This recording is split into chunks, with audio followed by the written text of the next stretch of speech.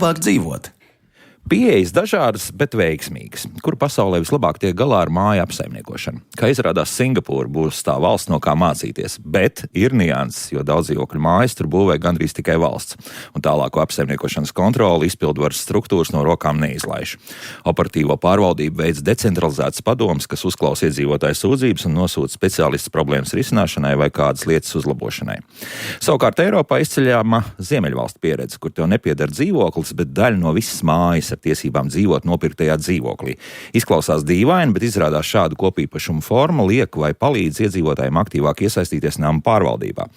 Un vēl Vācija, kur esot skaidrākais normatīvo un tiesību aktu kopums. 2020. gada reforma noteica, ka kopsapulce ir lemtspējīga, neatkarīgi no klātesošo skaita, struktūras izmaiņas un energoefektivitātes pasākums tagad var veikt ar vienkāršu balsu pārsvaru. Nu, gluži kā pie mums, bet kāpēc mēs neesam piemērs pārējai pasaulē, varbūt par to arī runāsim šodien raidījumā, kā labāk dzīvot. Toms Šupēko pie studijas pults, Loreta Bērziņa raidījuma producenta un es Elvis Jansons šajā studijā. Esiet sveicināti! Saskaņā ar Latvijas Republikas civila likuma 1067. pantu kopīpašums ir īpašuma tiesības, kas pieder vairākām personām uz vienu to pašu nedalītu lietu domājamās daļās. Viss skaidrs? Skaidrs, bet kā labāk un drošāk dzīvot īpašumā, kur daļa ir kopīpašums? Par to tad šodien arī raidījumā. Mani studijas viesi Latvijas nama pārvaldītāju un apsaimniekotāju asociācijas valdes priekšstādātāja vietnieks Ervins Straupe. Labdien! Augmentum valdes priekšsēdētāja, ēku energoefektivitātes eksperte Signe Kajaka. Labrīt! Bauskas nama 15 Rīgā, vecākais Andris Vikse. Sveicināti. Un Balta komercīpašuma produktu vadītājs Uģis Uškāns. Sveicināti. Tā, es nezinu, varbūt Ervīni jūs varētu tā izstāstīt vienkāršos vārdos. Ko tad īsti kopīpašums nozīmē, vai daudz dzīvokļu mājā vispār ir iespējama situācija, ja kopīpašuma nav? Vai tāda vispār veidojas, vai kopīpašums būs vienmēr, respektīvi jumts, tur pagrabs un vispār? Nē, nu laikam vienīgais, kas man nāk prātā, tās varētu būt dzīvokļi kā rindu mājas vai rindu mājas kā dzīvokļi vienā stāvā garā rindā, kur katram ir savs jumts, jā. Katram ir savs jumts un balkons, un ieeja katram ir atsevišķa. Un tad ir jācer, ka nav šai mājai pagraba, jo pagrabs viennozīmīgi visdrīzākais būtu kopīpašums. Nu, tas ir no tāda stāsta. Ja jūs pieminējāt Singapūru, man dzīvē laikam interesantākais piemērs par Singapūru bija, kad Singapūra rīkoja energoefektivitātes konferenci. Tur vienmēr plus 20. Pirmā brīdī liekas, tas ir kaut kāds turismu brauciens, kāda viņiem energoefektivitāte, viņiem viss ir silts. Jā. Izrādās, viņiem ir pretējais stāsts, respektīvi viņi mēģina rast savu dzesēšanu pietiekoši energoefektīvu, jo savādāk tas patērē daudz elektroenerģijas, kas atkal ir ierobežots resurs. Tas ir tādā ziņā. Un ko tad viņi dara? Ja viņi augstina mājas. Viņi augstina mājas. Tiešām augstina mājas. Nē, viņi, protams, arī māja ir tāds pats termos abos virzienos, gan siltumam, gan augstumam. Tā kā, viņi meklē risinājumus, lai mājas neuzņemtu siltumu pretēji mums, bet tie principi jau ir līdzīgi. Bet kopīpašuma problēma vienmēr pie mums ir pastāvējusi, jo daudz dzīvokļu māju īpašnieki, respektīvi dzīvokļu īpašnieki, bieži vien neuzskata, ka, ja tu dzīvo pirmā stāvā, ka jumts ir tavējais. Tā taču ir, vai ne? Diemžēl tā ir, un tas ir pārsvarā jāsaka, cilvēki tā uzskata, kad viņu īpašums sākas un beidzas ar 4 sienām, logiem un ieejas durvīm. Savukārt lifts un jumts un pagrabs un stāvvadi un vispārējais, to kaut kāda pašvaldība kaut ko tur kaut kad pārstāv un lemj un skatās viņu vietā. Tas gan jāsaka ir vairāk izteikts padomu laika mantojumā, jauno projektu dzīvokļos nedaudz šī situācija ir labāka. Bet tāpat dzird arī, ka kopīpašnieku sapulces tur ir tā, diezgan uz nažiem ik pa brītiņiem. Ja ir galvenais, es vienmēr saku tā, ka galvenais, lai visi sanāk un kaut ko lemj, jo tad vismaz ir arī negatīvs rezultāts ir rezultāts. Vissliktākais rezultāts, ka rezultāta nav. Kopīpašnieku sapulce nav notikusi, tāpēc, ka nav ieradies vajadzīgais kvorums, un tas ir visbēdīgākais rezultāts. Ja īpašnieks sanāk un saka, mēs šito te liftu neremontēsim un pieņem lēmumu pret, tā ir viņa izteikti griba ar kvalitatīvu vairākumu vai arī ar mazākumu balsojumu, kas šobrīd ir iespējams, bet tādī brīdī ir vismaz kaut kāds lēmums. Pretējais, kad lēmuma nav, viss notiek tikai avārijas kārtībā. Bet šobrīd šī situācija kļūst labāka? Ļoti dažādi. Tomēr, jā? Jā. Un iemesli? Jāsaka tā, ka ir divas pieejas.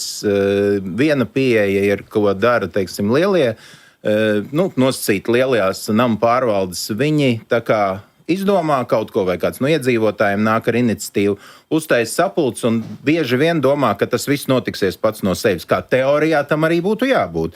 Tu esi saņēmis dokumentu paketi savā pastkastītē vai bisā, un attiecīgi tu kā gādīgs un rūpīgs saimnieks, līdzīpašnieks izsaki savu gribu. Tā ir Vācija. Pie mums tādiem žēl nav. Līdz ar to tīri no manas pieredzes, kas manā uzņēmumā ir, mēs līdz zināmam brīdim skatāmies, kas ir bijuši paši aktīvi, kas jau ir nobalsojuši. Tagad paliek kāda nedēļa vai 5 dienas līdz balsojuma beigām. Mēs sākam zvanīt, uzrunāt īpašnieks par vai pret, bet vismaz izsakiet savu gribu, lai sapulce ir lemtiesīga. Aptauju šī gadījumā ar sapulcēm vispār ir grūti. Sapulces pārsvarā mēs izmantojam tikai kā informatīvās. Tiešām? Jā, kā informatīvas sapulces, cilvēki atnāk, tie, kurus tas interesē, viņi uzdod jautājumus, saņem atbildes un tālāk pieņem lēmumu. Bet vispārējā tā papīra būšana saucamā notiek caur aptauju. Tas ir visefektīvākais veids. Vai staigāšana pa stāviem? Arī aptauja ir staigāšana pa stāviem. Jā, patiesībā, jā. Tāda problēmas joprojām pastāv. Es arī šobrīd Signēs došu arī vārdu. Ja? Mēs par māju energoefektivitātes uzlabošanu esam runājuši daudz un dikti.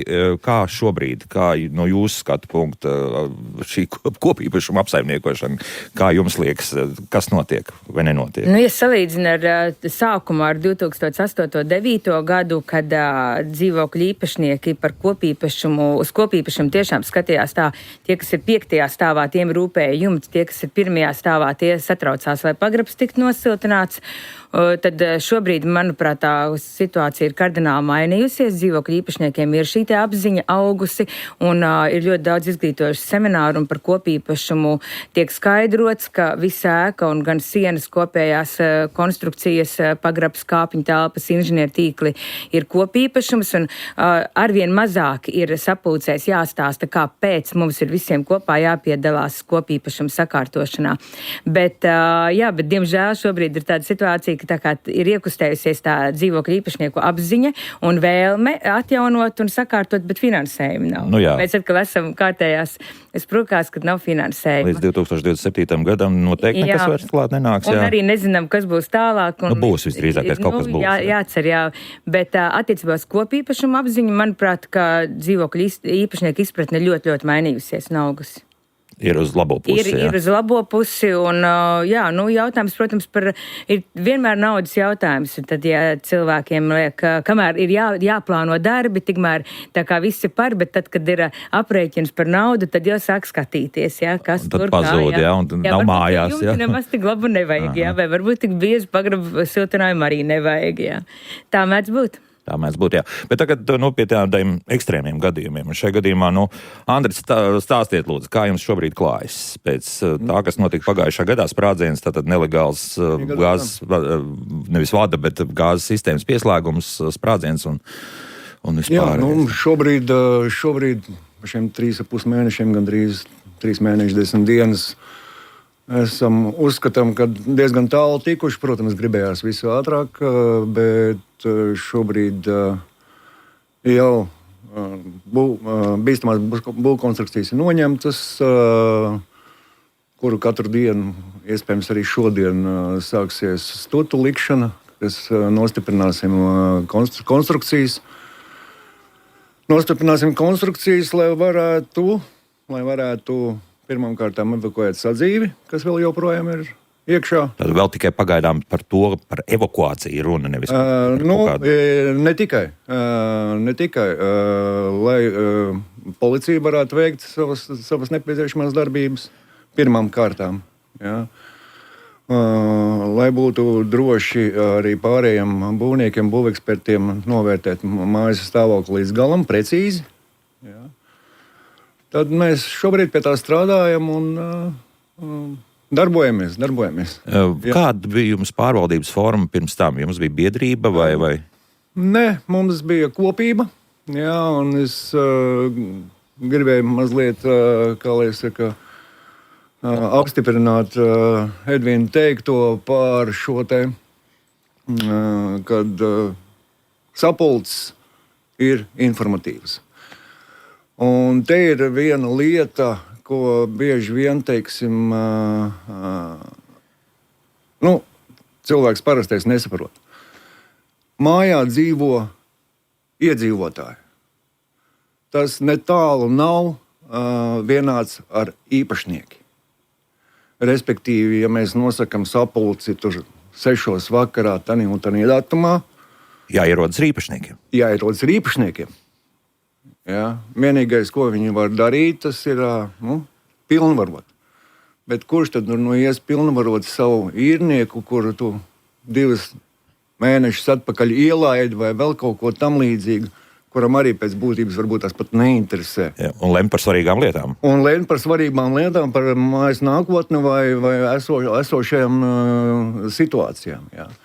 Mums tieši tāpat mūsu 74 dzīvokļu mājā bija stipri līdzīgi.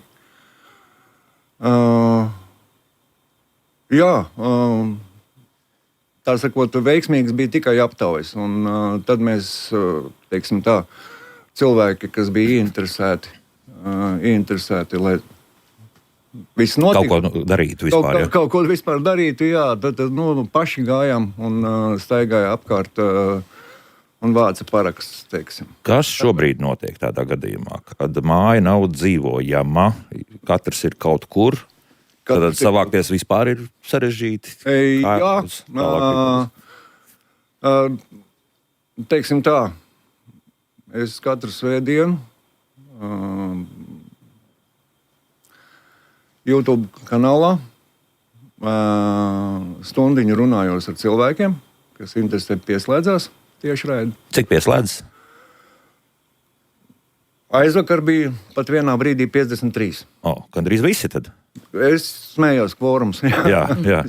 Kvorums bija, jā. Es pastāstu, kas ir noticis pa nedēļu, kādi plāni uz nākošo. Pirmās 45 minūtes, pēc tam 15 minūtes jautājumiem. Kopējās grupas mēģinam turēt tā kā kopā visus, jā, jo tā ir mūsu kopēja lieta. Jā. Viņi arī turpināsies būt kopēji. Tad plinti neviens krūmos nemet, ir tāda kaut kāda skaidra vīzija uz to, ka, nezinu, kas tur vajadzīgs, tas mēs sauksim par kapitālo remontu, vai kā? Jā. Ja mēs tā ņemam, šobrīd tās būs spekulācijas, ja es kaut ko teikšu, jā. Kas būs tālāk vispār, jā? Kas būs tālāk, jo ir redzamā daļa, jā, šiem bojājumiem, teiksim, jā.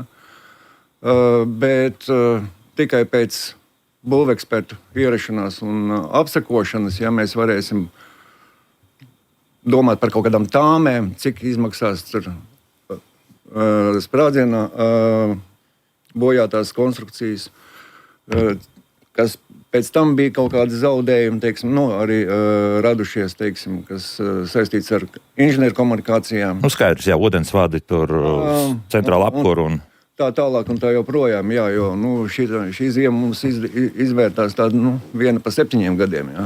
Aha, starp citu vēl, jā. Māja nav izsalus uz tā rēķina, vai bija pieslēgta? Jā, arī tas vēl. Jā, tas arī.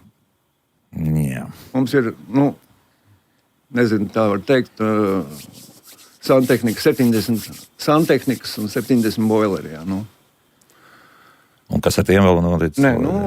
Viņu nav. Viņu vienkārši nav vairāk. Ir, bet viņi neizskatās. Ka būs vēl lietojami, jā. Arī vēl šie zaudējumi. Jā, nav lietojami. Redz, tad Uģi arī iesaistīsim šajā brīdī sarunā. Tad tie zaudējumi, tas ir vārdu tiešām nozīmē. Izskatās, ka miljonos, jā, arī vienai mājai. Jā.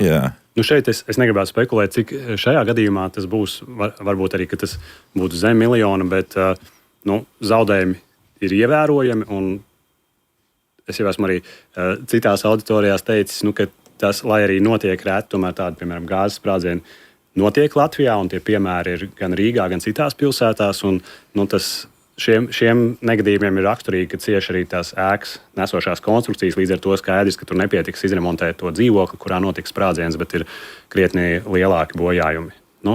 Ir arī cita veida negadījumi, kas notiek, ugunsgrēki, vētras un tam līdzīgi, kas arī nodara desmitos, simtos tūkstošu mērām zaudējumus. Tā ir, diemžēl, tā ir ikdiena. Bet, teiksim tā, mājas kopēja apdrošināšana, ja? Vai tur atkal mēs runāsim par to, ka kaut kur jālasa ļoti uzmanīgi tos mazos burtiņus, kas ir sarakstīti šādā apdrošināšanas līgumā, vai šeit viss būtu puslīdz skaidrs, un tālāk jau tā ir apdrošinātāja lieta vērsties pret nosacīto nodarītāju, jā, kas šajā gadījumā gan ir jau, diemžēl, aizsaulē. Jā.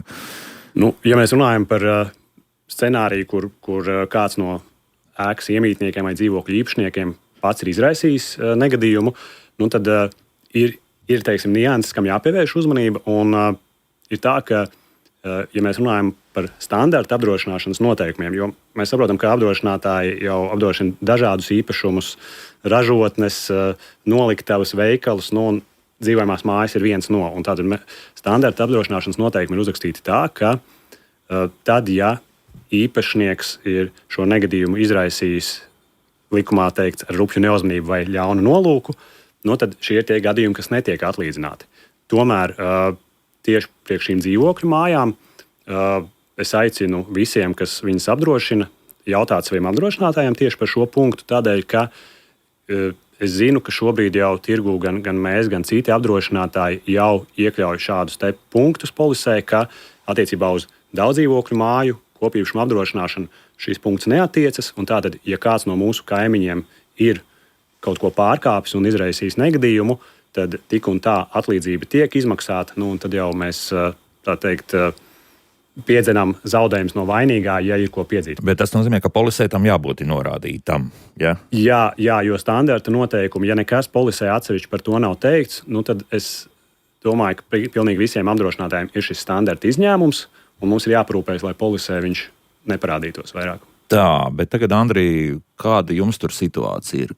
Te jau kaut kas ir zināms un esat skatījušies, kas ir apdrošināts, kas nav? Jā, protams, esam skatījušies un esmu izpētījis, teiksim tā, visu. Un te man ir drīzāk, var pastāstīt, ka mums ir aptuveni 34 dzīvokļi apdrošināti, jā, dažādās kompānijās. Bet māja kopumā nebija.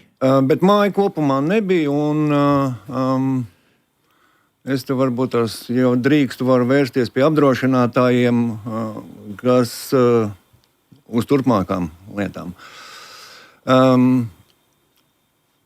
34 dzīvokļi ir apdrošināti. Neviens no apdrošinātājiem neierosināja, nenoreklamēja vai pārvaldnieku, vai, teiksim, mājas vecāko, piemēram, kas nevis nenoinformēja, bet nepiedāvāja apdrošināt arī kopīpašumu. Pa visiem šiem gadiem, kopš es esmu bijis. Tas ir viena lieta. Ja? Apdrošinātāji tā kā paņem to dzīvokli, ja? Viņam ir vieglāk strādāt ar vienu. Jā, tas ir privātīpašums. Jā, privātīpašums. Bet arī šī gadījumā ir jāapzinās, ka mums nāk līdzi tas kopīpašums. Un ka tā ir neatņemama sastāvdaļa no dzīvokļa. Tā ir neatņemama sastāvdaļa. Nevar nopirkt dzīvokli bez kopīpašuma. Tā ir tāda lieta. Tad Uģim atkal prasīsim, kāpēc tā praksa bija tāda. Uģis to pieminēja. Bet, tāpēc, ka tas sadārdzināja polisi un neviens negribēja par to maksāt? Kas par pamatu bija tam, ka tiešām šo kopīpašumu tā es teiktu, Signa aizdomīgi māja galva, bet dosim viņai arī vārdu. Teiktu, ka apdrošinātāji noteikti, ja mēs zinātu par to, ka ir šī vēlme apdrošināties, es domāju, ka tur būtu virkni apdrošinātāji, kas būtu gatavi arī apdrošināt, un te vairāk droši vien ir tā pieredze, ka pirmkārt ļoti maz māju līdz šim apdrošinās, maz, es teiktu, mūsu tāds minējums ir ap 15% kopīpašumu varētu būt, ka ir apdrošināti daudzdzīvokļu mājās.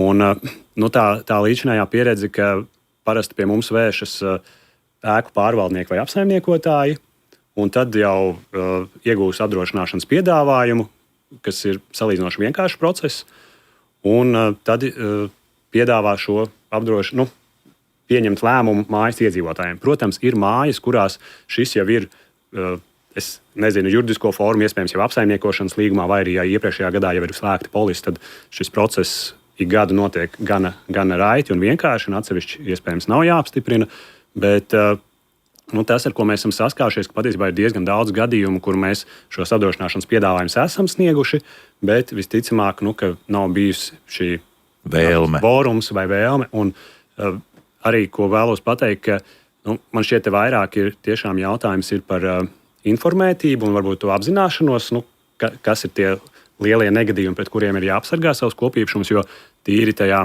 izmaksu ziņā, tā, cik mēs esam rēķinājuši, tad vidēji uz dzīvokli apdrošināšanu izmaksā 1 līdz 3 eiro mēnesī. Tā kā tā nav summa, kas teiksim, lielākajai daļai iedzīvotāji būtu tā teikt nepaceļami. Ja? Toties, ja augšā tev kāda caurule pārnāk puša, tad patiesībā, kas ir kopīpašums, tad tas, teiksim, tā atlīdzības lielums būtu krietni nosedzošāks nekā, ja tad atkal mēs rēķinātu katram tur atsevišķi. Ja? Te ir uzreiz, es gribu precizēt, ka ko ietver kopīpašuma apdrošināšana, tātad viss tas, ko mēs minējām, tātad tas, kas ir ārpus mūsu dzīvokļa sienām. Līdz ar to, ka ja mūsu dzīvoklī ir kāds bojājums tīri apdarei, iedzīvei, grīdām un tam līdzīgi, tās ir lietas, ko mēs apdrošinām ar dzīvokļa apdrošināšanas polisi. Bet, ja mēs runājam par māju, tad ja mājai būs atrauts jumts, piemēram, nopludinātas koplietošanas telpas, negadījumā bojāts apkuris katls, tad tās viss ir lietas, kas ir apdrošināšana to sēdz, jā. Tālūk, jā. Signe. Jā, es te gribētu teikt, ka bez kopīpašuma apziņas dzīvokļu īpašniekiem, kas ir pamats šajā situācijā arī attiecībā uz to, vai apdrošināšana ēka ir vai nav, vēl ir tāds jēdziens pēdējā laikā, ko daudz lieto finanšu pratība. Un es domāju, ka tas 15%, ko tu minēji, kad ir kopīpašuma apdrošināšana no visām ēkām, arī ir tie 15%, kam ir šī apziņa un kam ir šī, kas domā par finanšu pratību kā dzīvokļu īpašnieks un domā par kopīpašumu. Jo kā tas notiek? Apsaimniekošanas rēķinā ir kaut kāda ailīte, apsaimniekošanas maksa, tad tur vēl ir ūdens, kanalizācija un tā tālāk, un tajā apsaimniekošanas maksā ir arī kaut kāda avārijas darba novēršana, papildus ir uzkrājuma veidošana, un dzīvokļu īpašnieks, tāda tā summa ir, tāda viņš katru mēnesi maksā, viņam ir mainīgais elektrība, ūdens un apkure, kas arī ir neizbēgami. Kas patiesībā būs lielākie skaitļi. Un principā, kas tad notiek? Ir kaut kāda avārija, un dalīta bēda ir pusbēda. Un ja tā bēda tiek dalīta uz visiem dzīvokļu īpašniekiem, lai arī cik tūkstošus maksā norauts jumts, viņš tomēr tiek izdalīts uz visu kvadratūru, un neviens tā, kam šī finanšu pratība šajā jomā varbūt nav, nedomā līdz, cik daudz no kabatas aiziet maksājot šos uzkrājumus vai remontu fondā, un kas tiek novirzīti nevis mājas stāvokļu uzlabošanai, bet avāriju novēršanai. Un es gan zinu, ka lielie apsaimniekotāji, kas ir Latvijā lielākie, tomēr arī nerenovētās mājas apdrošina kopīpašuma daļu, bet tām, kas ir renovētās mājas, kas attiecīgi arī ir ap tiem 15%, tās jau tiek automātiski apdrošināts, jo tāda programmas prasība. Jā. Kopīpašuma apdrošināšanu, un līdz ar to, bet arī šeit ir likumsakarība. Tie, kas ir aizgājuši uz renovāciju, kas ir lēmuši par ēkas kompleksu renovāciju, tātad arī šiem te īpašniekiem ir kopīpašuma apziņa augstākā līmenī nekā tām mājām, kur 12 gadu laikā domā par renovāciju un nevar vien nobalsot. Jā, un tur ir arī vairāk ko zaudēt. Tāpat tas siltinājums, ja nonāk nostāj vēl kaut kas tam līdzīgs. Tur ir aizdevums, tur tajā ikmēneša rēķinā ir vēl viena smaga pozīcija. Tas ir aizdevums par remontu darbiem. Un maksāt dubultā, tas tā kā ir grēcīgi pašiem pret sevi. Ervīn, kāpēc nama apsaimniekotāji nepiedāvā, nezinu, vai piedāvā tomēr, bet saņem noliegumu? Piedāvāt var pakalpojumu sniedzējs. Apsaimniekotājs drīzāk to var reklamēt un aicināt to darīt. Bet redz, mēs jau tos skaitļus pilnīgi precīzi tikko salikām. Cik bija kopumā dzīvokļu individuāla apdrošināšana, jūs tirgu rēķinājāt kaut kādu 50-55, jā? Tuvāk 50, starp 40 un 50. Starp 40 un 50 cilvēki apzinās tikai apdrošināt savu īpašumu, mēs nerunājam par kopīpašumu. Tā kā 60% ir pilnīgi pelēki melnajā zonā, viņi neapdrošina neko. No 15% mēs tikko atšifrējām, ka tie ir jaunie projekti, tie ir renovētās ēkas un ļoti neliels daudzums finanšu pratīgu iedzīvotāju mājā, kur tas procents ir pietiekoši liels, lai būtu iespējams pieņemt lēmumu. Pārējie nedomā šai kategorijā. Es kā cilvēks, kam ir faktiski katru nedēļu kāda daudzdzīvokļu dzīvojamās mājas sapulce, es redzu to vidējo temperatūru mājā. Ja tur ir aktīvs mājas vecākais, ja māja tic mājas vecākajam, nav stāsts biedrība, nav biedrība, galvenais, jo galā jau ir cilvēks, kas to māju aicina. Tur notiek pietiekoši racionālas lietas, un tur runā ar mājas vecākajiem, pasauc viņus, izstāst kaut kādus stāstus, starp citu, diemžēl, bet Melnsiliela un Bauskas iela veicina šo izpratni. Melnsiliela tas otrais bagāzes sprādziens, kas bija pirms. Jā. Viņi jau nav vienīgie. Mēs runājam tāpēc, ka mēs visi mūždien radio un televīzijā runā par Rīgas namu pārvaldnieku, tāpēc, ka tā ir Rīga, runā par Bausku un Melnsilielu, tāpēc, ka tā ir Rīga, tur žurnālistiem vieglāk aizbraukt. Bet tad, kad nokrīt balkons Daugavpilī vai uzsprāgst kaut kas Rēzeknē, tad mēs to zinām tik par cik, jāsaka tā. Bet problēmas visur viens un tās pašas. Problēmas ir identiski vienāds. Un tad ja ir aktīvi cilvēki tajā mājā, tad ir iespējams vienoties par jebko. Ja nav, tad, diemžēl, cilvēki skaita katru, tikai eiro. Un viņiem ziemas periodā ir grūti pat samaksāt šos te komunālos ar katru, jo cilvēki bieži jauciņi pasaka, jums ir vaiprātīgi liela apsaimniekošanas maksa, un tad mēs veram vaļā rēķinu un sākam skatīties. Tad izrādās, ka tā vaiprātīga apsaimniekošanas maksa ir viss komunālie. Tātad ūdens, karstais ūdens, atkritumi, apkure, elektrība, šīs te lietas. Tā sanitārā kopšana, tehniskā uzraudzība un tās lietas, kas ir pārvaldnieka sadaļa, viņi jau nav tik liela. Viņa vidēji ir 50 līdz 60 centi par kvadrātmetru mēnesī, kas atkal nav tik daudz. Bet, kam man jāpiekrīt, pārvaldniekiem varbūt ir vairāk šis te process, jāuzrunā un jāpiedāvā. Tas negarantēs rezultātu, bet vismaz būs piedāvājums. Un otra lieta, mēs jau tajā Baltas formā tikāmies gandrīz nedēļu atpakaļ un runājām par visu to pašu. Un man patika tā doma par obligāto kopīpašumu apdrošināšanu, bet ar atrunu, kad māja var nobalsot pret. Un kas tad notiek? Nē, tanī brīdī māja ir apzināti atteikusies, nevis apzināti pateikusi jā. Bet tā nebūs obligātā. Tā būs tāda.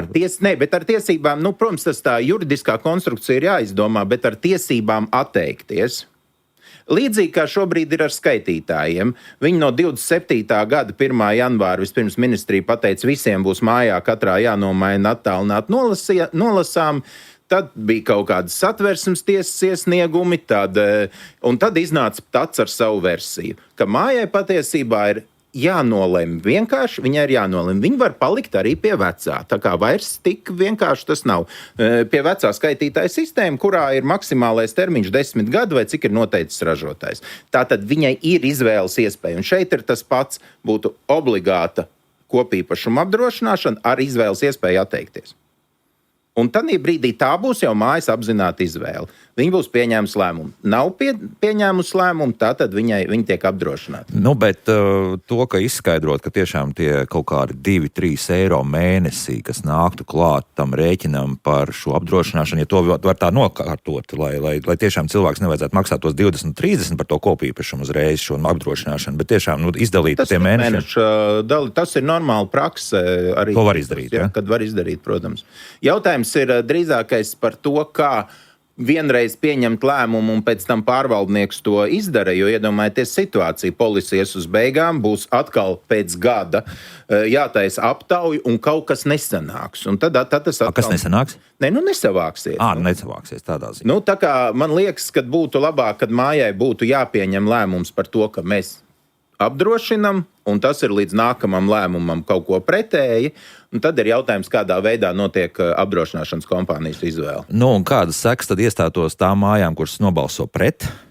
Viņi atbild tāpat kā šodien, nekas nemainās viņiem. Viņi atbild paši ar savu īpašumu, riskē paši ar savu kopīpašumu, jumtu, liftu, stāvvadiem, visu pārējo. Nu, tad būs atkal daudz tādu, kas to izvēlēsies. Nu, ja mēs tā varam dzīvot iepriekš, cik tad sprādzieni tam mums ir, vai ne? Par sprādzienu, redzat, mēs runājam atkal par tādiem katastrofāliem gadījumiem. Bet ikdiena jau to, ko kolēģis no Baltas teica, ikdiena jau ir jumti, ir plīsuši stāvvadi, pagrabi, arī balkons kāds, tā ir ikdiena. Jā, jo balkonu mums ir kopīpašums. Jā, balkonu izņemot šīs te margas, mums ir kopīpašums. Es domāju, ka tā iespēja vienoties ir, bet viņa šobrīd ir vieglāk palikusi. Un ir arī mazākuma balsojums. Skatīsimies, ko mums vēl radioklausītāji par to visu raksta, un raksta jau diezgan daudz.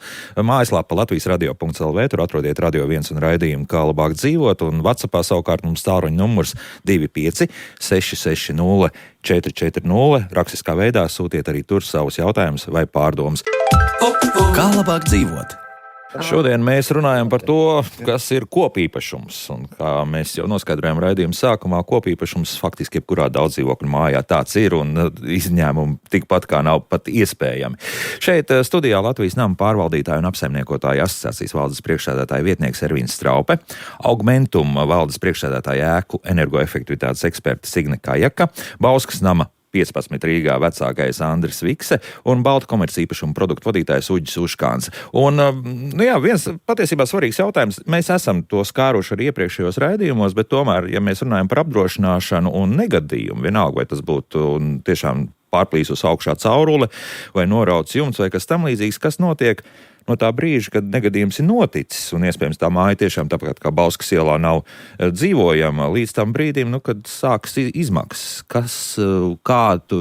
Vai kam ir atkal jāparedz šajā polisē maziem lieliem burtiem ierakstītam, lai patiesībā cilvēki neciestu no tā, ka viņiem vienkārši nav kur dzīvot. Tātad tiem, kur ir apdrošinājuši savus dzīvokļus, tad tā situācija, es teiktu, ir salīdzinoši laba tādā ziņā, ka šobrīd jau, ja nemaldos, visi apdrošinātāji dzīvokļu apdrošināšanas polisēs arī ietver to, ka tiek sekti pagaidu mājokļu īres izdevumi, ja nevar mājoklī atgriezties, līdz tas ir atjaunots. Un tie periodi var būt dažādi. Mūsu polisēs tas ir līdz 1 gadam. Tātad mēs zinām, ka turpmāk pēc negadījuma 12 mēnešu cilvēkam būs, kur dzīvot, jo viņš varēs īrēt dzīvokli citur. Tad arī mēs sedzam pirmās nepieciešamības preču iegādes izdevumus. Tas ir tātad, ja cilvēks tiešām pēc negadījuma viņš nevar atgriezties mājoklī un tā teikt ir palicis tajā apģērbā un tikai tām mantām, kas viņam bija izejot no dzīvokļa, tā tad ir šādu te atbalstu mēs izmaksājam. Un tad ir arī, ja mēs redzam, ka tajā dzīvoklī ir palikušas kādas sadzīves mantas un ka mēs saprotam, ka vismaz daļa no tām būs neatgriezieniski bojāta, tad mēs jau varam arī avansā izmaksāt par šīm mantām kaut kādu daļu, ja mēs saprotam, jāpieņemsim, ka ir tā teikt izsalušas vai laikapstākļu ietekmē bojātas kādas lietas, tad pat viņas neredzot, mēs saprotam, ka jau kāda daļa no to tiek arī izmaksāts. Jā. Bet šai gadījumā, Andri, tā arī praksē notika? Jāsaka tā, ņemot vērā, ka apdrošinātie dzīvokļi, tā ir privāta lieta. Un, teiksim tā, mēs šajās privātajās lietās, kā mājas vecākais vai kā pārvaldnieks, nelienam. Jā. Tāpēc arī tādas informācijas principā nav. Es varu nojaust, jā, kam ir viss izdevies, tieši par ko tikko Uģis stāstīja. Ja? Tā arī viss notiek. Ja? Kad tā arī viss notiek, jā. Es varu tikai nojaust, ja? Bet tās ir katra privāta lieta. Katrs arī to ir izcinājis un bijis gaišredzīgs šai gadījumā. Tieši tā. Runājot arī par jūsu nelaimi, te jautājums, liela zaudējuma mājai, mājas iedzīvotājiem, kam ir jāsadz lielie zaudējumi un kad tas vispār arī notiks? Es saprotu, ka es arī jums sekšu zaudējumus kā Rīgas pilsētas iedzīvotāji. Nav zvanīts, teiksim tā. Nav zvanīts, jo es vienmēr, publiski izsakoties, saku, kamēr nav beidzies krimināla process, kamēr nav noskaidrots, no kurienes tieši tā gāze noplūda. kamēr nav bijusi tiesa, kas ir pateikusi, kas ir vainīgs vai atbildīgs šī gāzes noplūdē un pēc tam sprādzienā,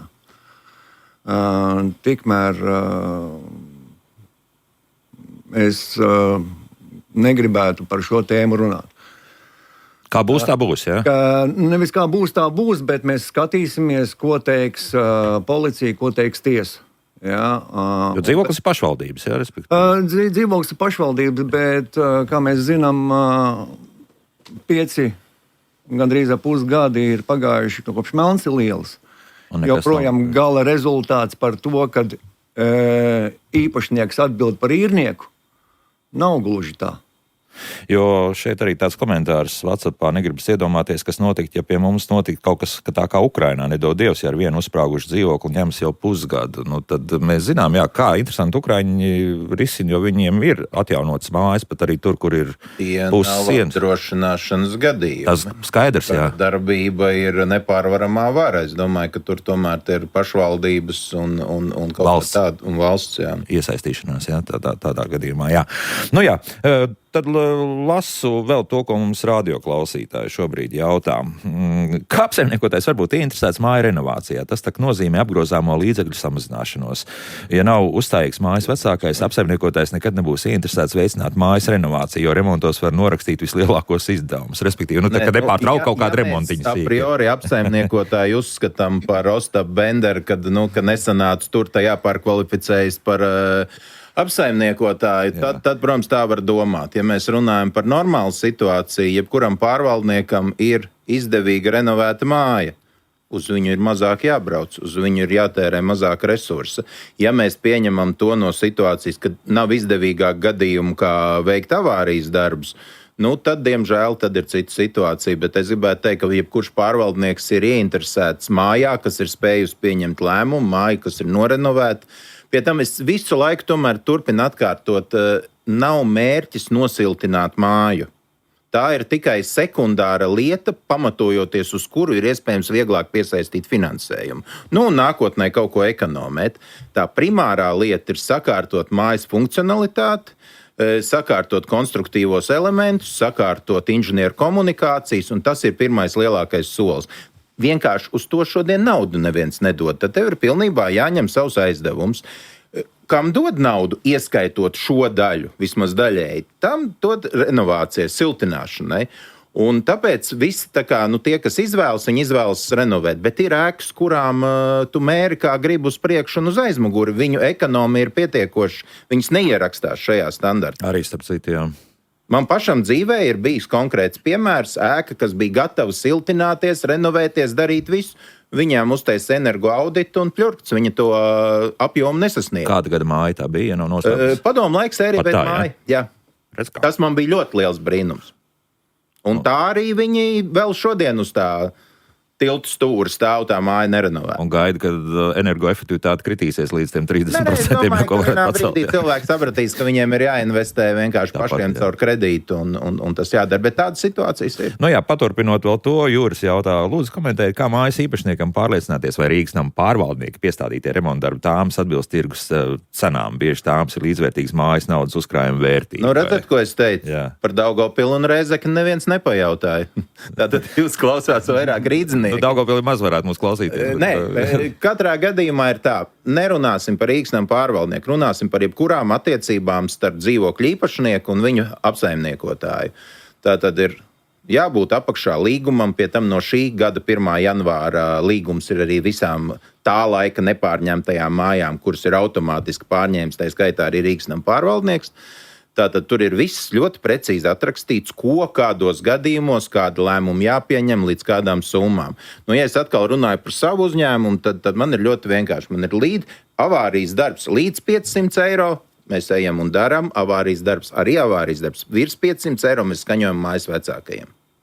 Tālāk ir tāme redzama. Tālāk ir tāme. Tālāk ir tas, kas attiecas uz avārijas, tas, kas attiecas uz remontu uzkrājumu fondu veicamajiem darbiem. Tur ir ļoti precīzi iedzīvotāju balsojumu kopības, un tur neko pat mājas vecākais faktiski var mainīt tikai prioritātes šajā sarakstā. Kādreiz kāds dzīvokļu īpašnieks arī piestāda arī kādu citu, un pieņemsim alternatīvu tām. Jā, tā ir normāla prakse. Vismaz pie mums pilsētas mājās ir prakse tāda, ka jebkurš no mājas var piedāvāt arī savu variantu, tad, kad mēs skaņojam remontu darbus. Un tajā brīdī mēs vienkārši izvērtējam, vai tas uzņēmums nav tāds tā kā galīgi vienas dienas, vai viņam nav ļoti liela nodokļu parāda. Kaut kā pastamies, kāds ir, bet ir gadījumi, kad māja ir izvēlējusies savu pakalpojumu sniedzēju vai būvnieku, un pēc tam šie būvnieki strādā mūsu objektos arī citos, tāpēc, ka viņiem ir bijis ļoti labs piedāvājums. Lasu to, ko mums Laimdot ir atsūtījusi. Esmu daudz dzīvokļu dzīvojamo pārvaldīšanas jomā no 1993. gada, konkrēti dzīvokļu īpašnieku biedrībā augstskola līdz 2011. Kopīpašuma daļas apdrošināšanu ieviesu vēl 98. 97. gada sezonā, ja tā var teikt, vairākās mājās kopā 300 dzīvokļos. Ļoti noderīgs pasākums, tomēr inženieru tīkls šajās mājās bija būvēti dzīvokļu īpašnieku biedrības augstskola vadībā. Piekrīt viedoklim, ka obligāti jāapdrošina, tomēr pirms līguma noslēgšanas jāveic ēkas tehniskā stāvokļa apsekojums arī dzīvokļu atsevišķā īpašuma daļā. Partneris tālajā 1996. gadā bija, starp arī balta, kā viņi te raksta. Tad te jau ļoti laikus viss ir darīts, pat tajā laikā, kad vienam vispār naudas nebija, 96. 97. gads, cik tur bija. Te ir laba pieredze uzkrāt acīm redzot, visdrīzākais. Jā, tās, protams, tie 15%, ko jūs minējat, tas ir pieņēmums, kas apdrošinās, un no vienas puses tas varbūt var šķīsti maz, bet, ja mēs pieņemam, ka Latvijā ir tuvu pie 40,000 laikam daudz dzīvokļu ēku, tad tie 15% tomēr tie arī ir tūkstoši, kas apdrošinās. Līdz ar to nav arī tā, ka ļoti maz apdrošinās. Vita jautā, ko tagad darīt? Daudz dzīvokļu mājā, 48 dzīvokļu visdrīzākais mainīti plasmas slogi. Esmu nobriedusi to darīt šajā sezonā, taču vecos seno logu rūšu dalījums ir improvizācija. Neviens daudz gadu garumā nav vienojies par citu, neviens nav rosinājis, nav ieteicis. Tagad 4 līdz 5 dažādi dalījumi. Sodīt, respektīvi? Nē, tur ir vairāk gan tas iet runa par loģijām, kad mājas kopīpašnieki sanāk kopā un vienojas par vienu standartu, jo, piemēram, 104, tāds vienkārši piemērs, 104. sērijas māja, viņiem ir iespējami, ja neaiziet pilnīgi kosmosā, tad viņiem ir 2 veidu dalījums, 6 vai 8 rūtas. Tad mājai ir jāvienojas par vienu šo te standartizēto projektu, ka būs vai 6 vai 8. Un tajā brīdī vienkārši tas, kurš tagad, labi, es nerunāju par ideālo situāciju, par ko naktīs sapņoja Rīgas būvvalde, bet kad visiem viss būs ideāli un tagad kā nolēma tā visu nomainīs. Nē, tā nekad nebūs.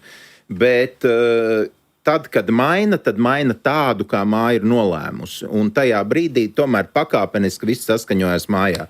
Par šiem te mistiskajiem dalījumiem man jāsaka tā, vajag drusku likumisko literatūru palasīt. Tur ir aprakstīts. Mēs nevaram aiziet un jebkādus dalījumus mājā ielikt savā nodabā. Es zinu, ka cilvēki ir ļoti radoši, tad viņi taisa feikos dalījumus, tos mākslīgos, kur nav īstās tās sadalījums, bet tur ir tāds iekrāsots, visādus brīnums taisa.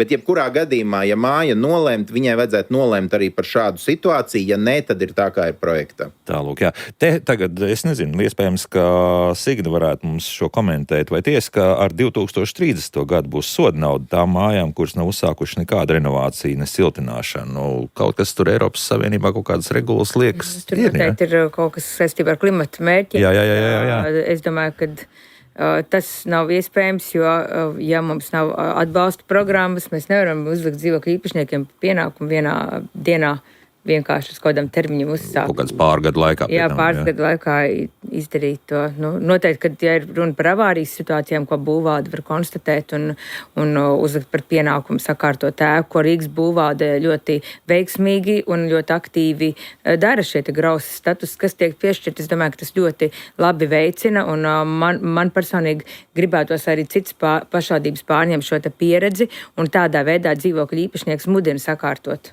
īpašums, kopīpašumu daļu. Tā, un es domāju, ka mājas jau nemaksās šo sodu. Visdrīzākais tad būs atkal nodokļu maksātāji kopumā. Tā būs atkal kāda soda nauda, kas ies uz Eiropas Savienību.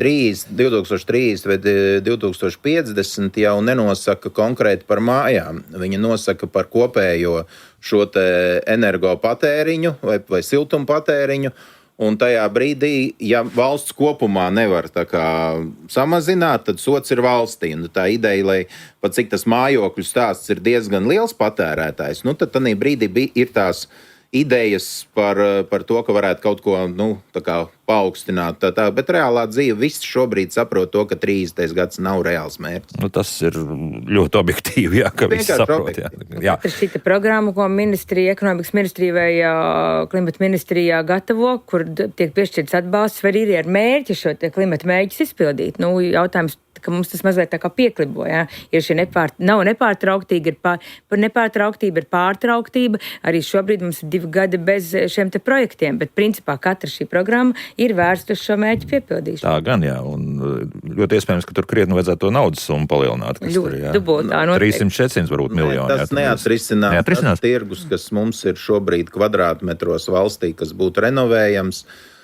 Neviena nauda nepalīdzēs viņu nosekt un renovēt. Pat ja tie 3-4 miljārdi, kas vienu brīdi figurēja. Nu, tas jau šobrīd vairs nav aktuāli. Mums ir daudzkārt lielāks, pieņemot būvniecības izmaksu pieaugumu. Tā kā jebkurā versijā es vispār saku, ka šīm te programmām būtu jābūt vērstām nevis uz kā grantu 40%, bet būtu vairāk vērstam uz kredītu procentu dzēšanu. Un tajā mirklī ļoti mainītos situācija. Cilvēks zina, ka to, ko viņš šodien nopirka, viņš tādā pat naudas plūsmā turpina maksāt 15-20 gadus, bet naudas vērtība krītās par šiem 15-20 gadiem, bet procentos viņš nesamaksā neko. Un tas būtu daudzkārt vērtīgāks finanšu instruments, bet par to jau ekonomikas ministrija diskutē. Un esam diskutējuši diezgan daudz, jā, un tad izrādās, ka tā nākotnes perspektīva neskapēc cilvēki negrib ievērot, ja, ka patiesībā ieguvumi būs lielāki nekā šī brīža nosacītie zaudējumi katru mēnesi, ko tu maksā it kā vairāk. Ja, nu, tā, diemžēl, ir. Labi, nolasīšu šo dzīvoju kopišumā. Visas sanāksmes, acīm redzot, domāts beidzas ar to, ka nav kvorumu. Tad seko aptaujas, kas prasa laiku un enerģiju. Ir apnicis staigāt pa dzīvokļiem, sūtīt skaidrojušu informāciju. Būtu liederīgi ņemt vērā sanākošo balsojumu vairākumu, ņemot vērā, cik cilvēki piedalās. Piedalās 10 cilvēki, nobalso 6 par vai pret, un tas lēmums tiek pieņemts. Tas beidzot liks aktīvāk piedalīties tiem, kuri pasīvi sāks satraukties par pieņemtiem lēmumiem. Tie, kas nepiedalās, tad viņiem arī vienalga. Pie mums 53% dzīvokļus izīrē. Īpašniekiem pilnīgi vienalga, kas notiek. Šobrīd jau tā sistēma tad... ir iespējams vairākums. 2 lietas. Es ļoti ātri. Pirmais ir iespējams mazākuma balsojums. Tātad pēc mēneša šāda paša darba kārtība pilnīgi cits kvorums, kuru ir iespējams tad vēlreiz gulošam vairākumam savākties, atnākt un pārbalsot, ja ne viņš stājas spēkā tā lieta. Es neteiktu, ka viņa ir ikdienas lieta, bet tās process strādā. Tas, kur tas process nestrādās, fiziski naudas aizņemšanās stāstā. Bankas ir pateikušas, ka viņas nepiekritīs. Tur 70% gadījumā. Šobrīd jau viņas ir pielaidīgākas, bet jebkurā gadījumā tas ar mazākumu balsojumu mēs 3 miljonu kredītu mājā nepaņemsim. Otrs par tiem īrniekiem. Es nepiekrītu, jo īrnieki, mēs nedzīvojam Spānijā, mums nav okupasu saucamo, kas ieņem dzīvokli. Tas nozīmē, ja cilvēks dzīvo un nav īpašnieks, viņu vai nu ir ielaidis kāds radinieks vai izīrējis kāds izīrētājs. Tātad līdz ar to šis koordināts īpašniekam ir iegūstams. Vairākumā gadījumu ir iegūstams. Cerams, ka ir iegūstams, ja, ka nav galīgi noslēpies. Daudz punktus mums, diemžēl, jo laika vairs mums nav. Latvijas nama pārvaldītāja un apsaimniekotāja asociācijas valdes priekšsēdētāja vietnieks Ervīns Straupe, Augmentum valdes priekšsēdētāja ēku energoefektivitātes eksperta Signe Kajaka, Bauskas nama 15 vecākais Andris Vikse, tikai un vienīgi veiksmi. Jā, šobrīd šajā lietā. Un Baltu komerci īpašumu produktu vadītājs Uģis Uškāns bija kopā mums. Paldies! Rīt par aptaukošanos dāmas un kungu raidījumā Kā labāk dzīvot. Jauku dienu visiem un tā! Kā labāk dzīvot?